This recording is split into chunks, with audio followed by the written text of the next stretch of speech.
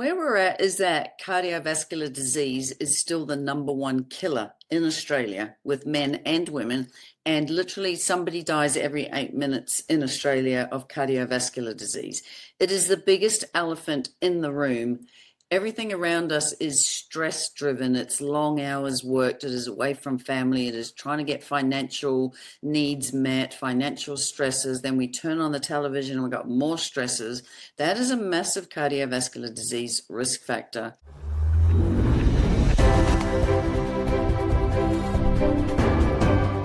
Hey, welcome to the show, Leading and Growing Your Real Estate Business. This is Coach James Short, aka Shorty.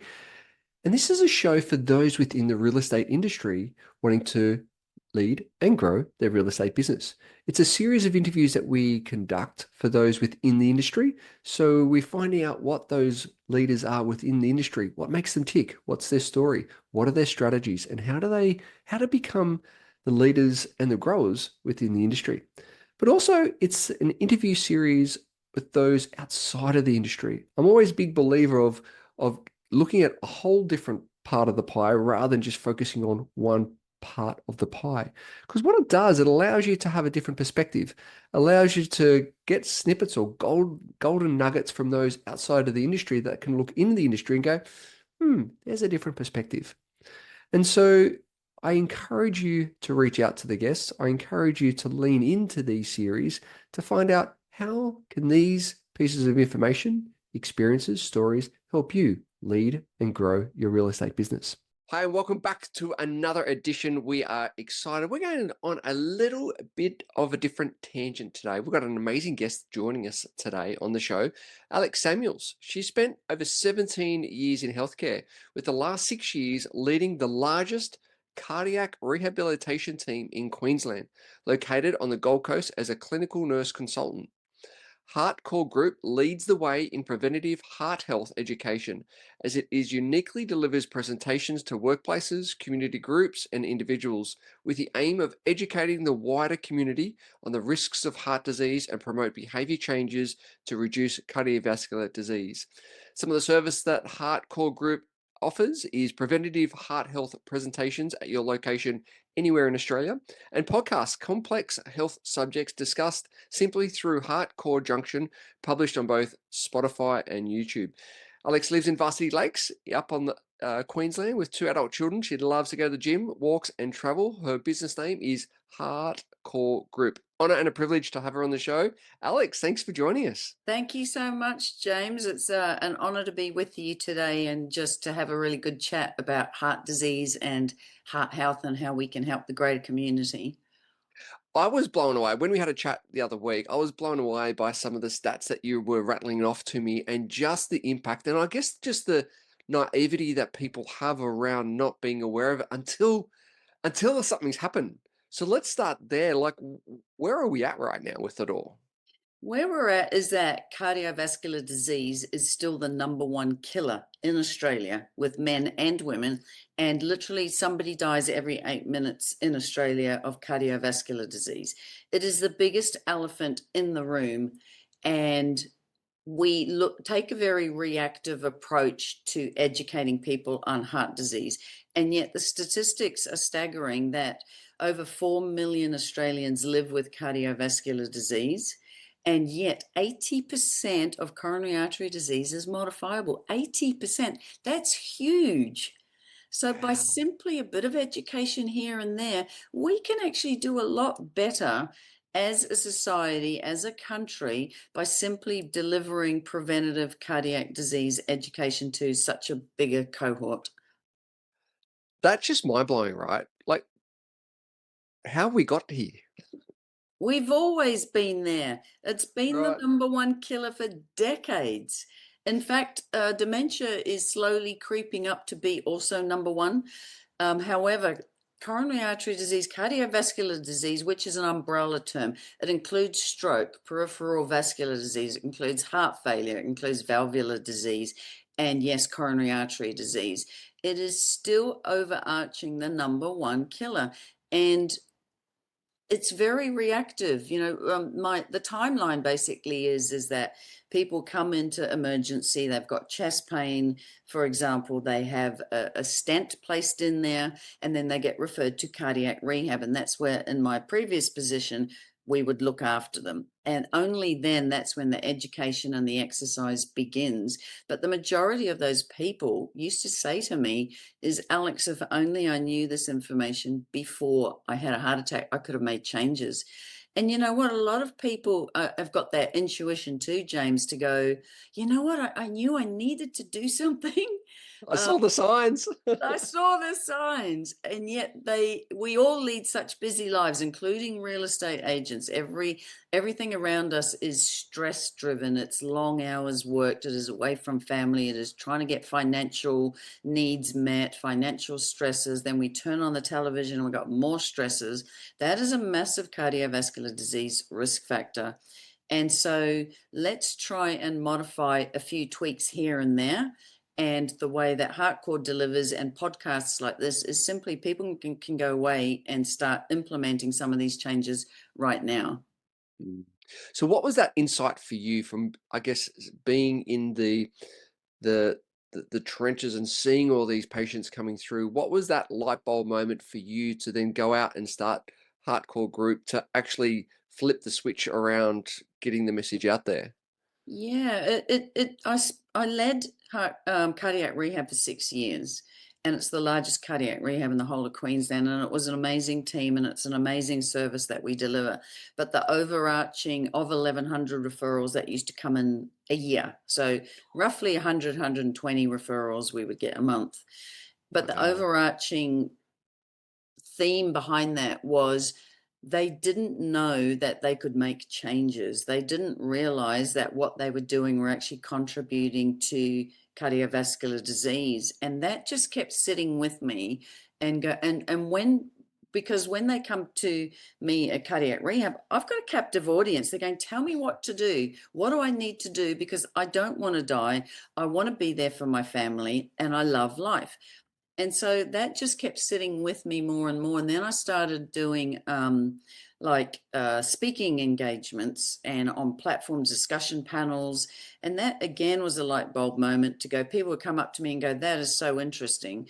And again, back in cardiac rehab, they'd go, I've learned more from you and the team than I have in my whole trajectory. But in defense of the nurses and the doctors and everybody in the hospital, they don't have the time to do that.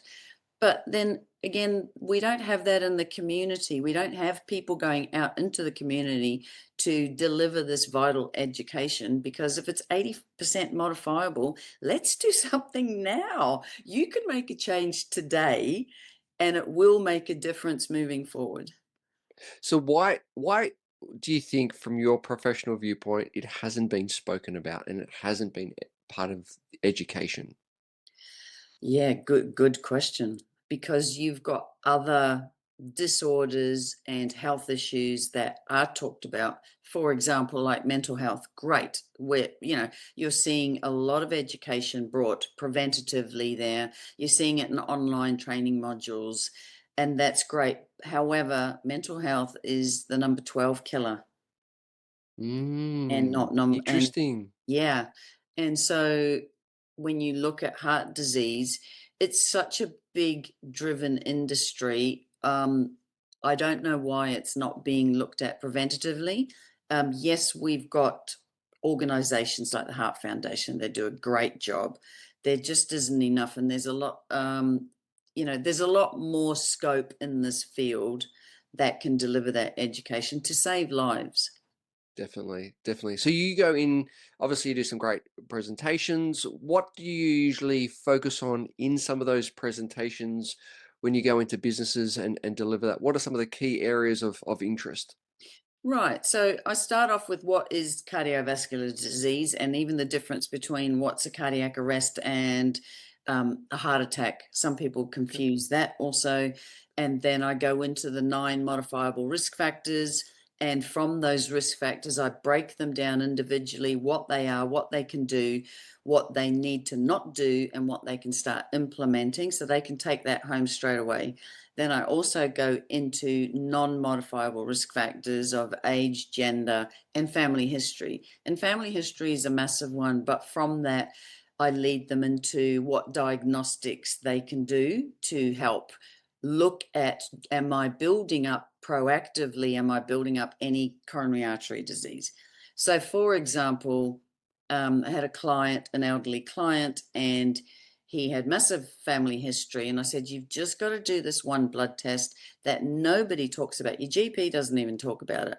And I said, it'll cost you $20, $30, but all it will do is tell you, am I at high risk genetically of cardiovascular disease, or am I at low risk? And he came away 2 weeks later and he goes, guess what? And he said, I got my 2 grandsons to do it, like 19 and 23, and they're elevated. Wow. Right. And you only ever have to do this test once in your life. However, what it's done is it's potentially saved 2 lives that are young, that now know that I'm at higher risk. They are at 6 times more atherogenic, that plaque can aggregate to somebody that would not be elevated in this lipoprotein. So that's just knowledge, and knowledge is wisdom. And I went to a cardiac conference in New South Wales several years ago, and somebody was speaking from overseas. I think it was Abu Dhabi.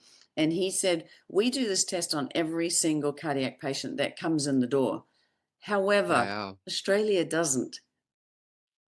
And I Isn't- think we need, this is again education. Education is wisdom, it's knowledge. It's like saying now these 2 young men are being able to go, okay, I can't get away with what my other mates can get away with. I need to modify and lead as clean a lifestyle as I can that'll hold me in really good stead.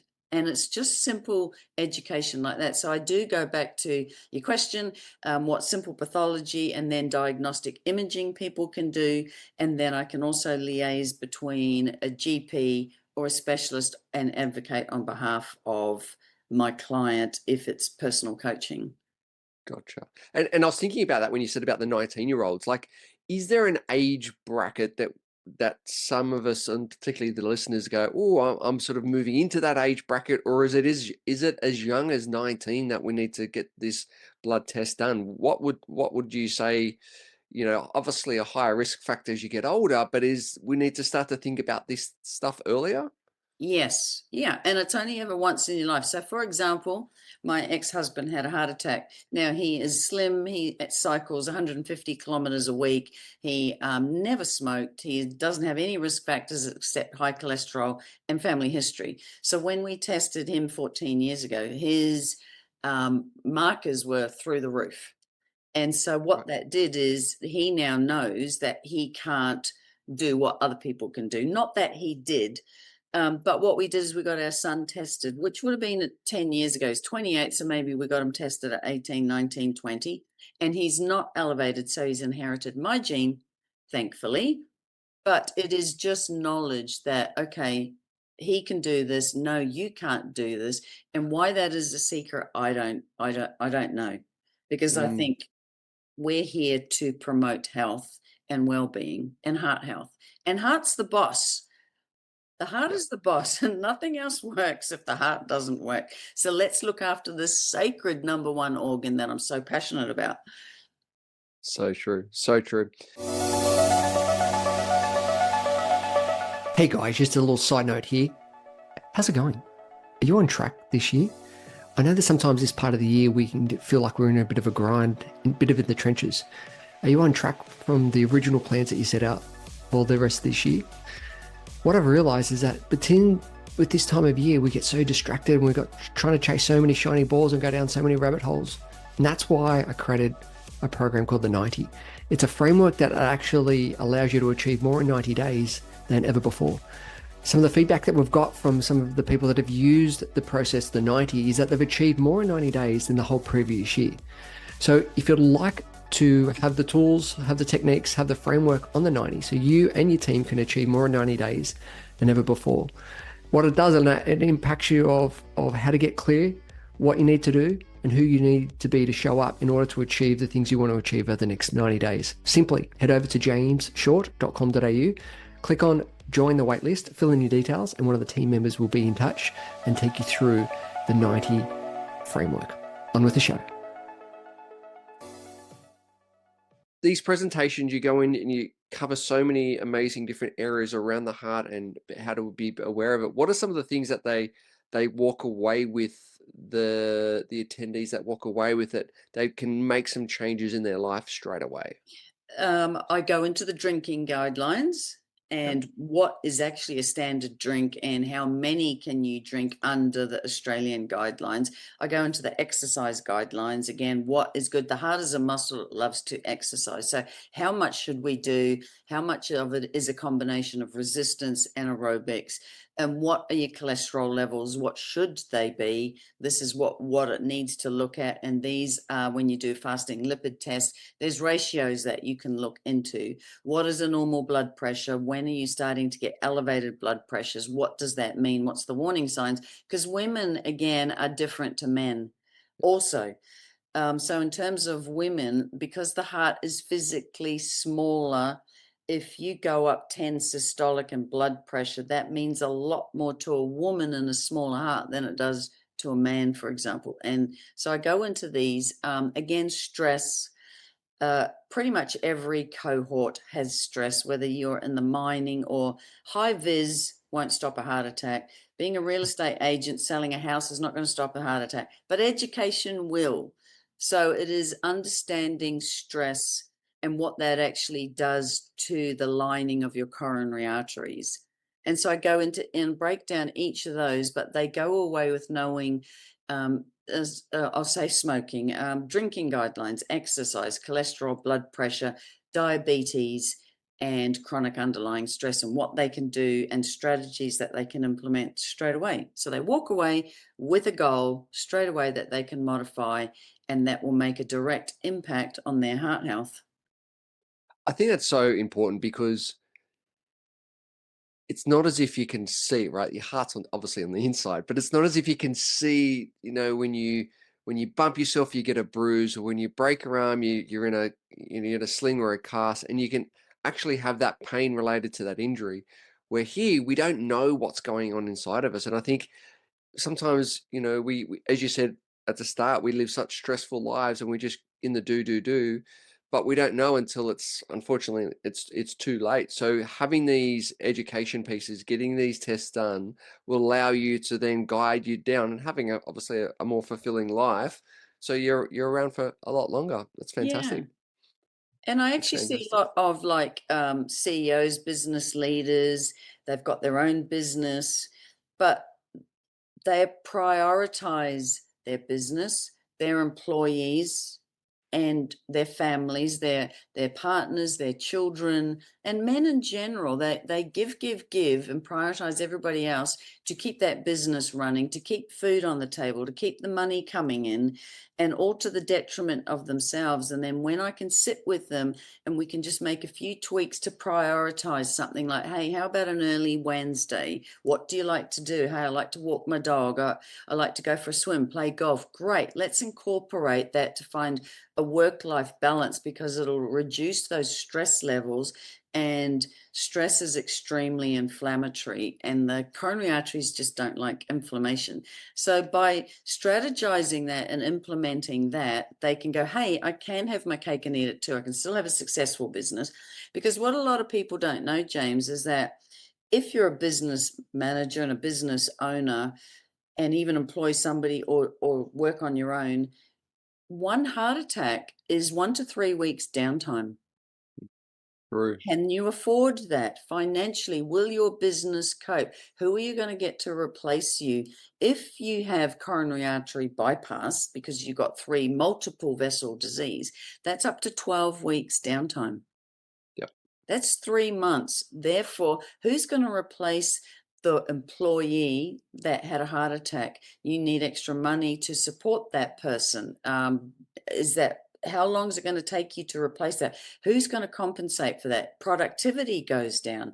So by simply me coming into the workforce and having a discussion with you and your employees, it's going to produce a more resilient workforce that is heart healthy. It's going to reduce the absenteeism and just improve their health and resilience. So it's a win-win. So true. So true. So Alex, we've got our little thing on the show, our 60-second quiz to find out a little bit more about our guests. Are you willing to play? Why not? Let's go. All right, here we go. Favorite movie? Oh, I do like The Gladiator and just the music, ones like that. And what's the one? Was it Dances with Wolves? Those really capturing ones with the music. Love them. Love it. Favorite food? Oh, I love Thai and fusion food. Really good, healthy food. Don't go near fast food. None of that. Good stuff. Favorite holiday destination? I love to be warm. Hate being cold. So anywhere that's warm. However, I did go to Europe with my son in July, and it was freezing, and I survived. Do you have a morning routine? Yes. Get up, and I love to exercise first. I exercise 6-7 days a week. I like to do that first, and then I get into business for the day. Fantastic. What about an evening routine?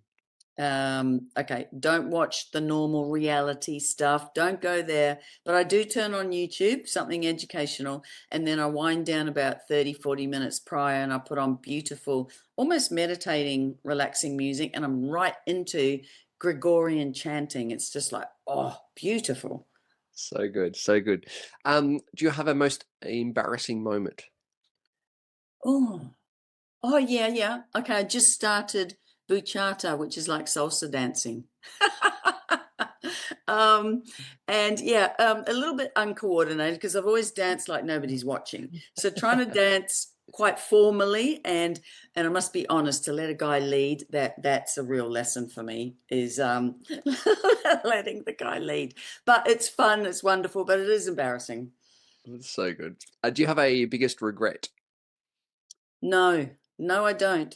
I don't look at regrets. I think that's delving into the past. I look at life lessons and how it teaches us and to move through that lesson because you come out the other side a lot wiser. And the one constant is change. So never look back, never regret, just acknowledge and move forward.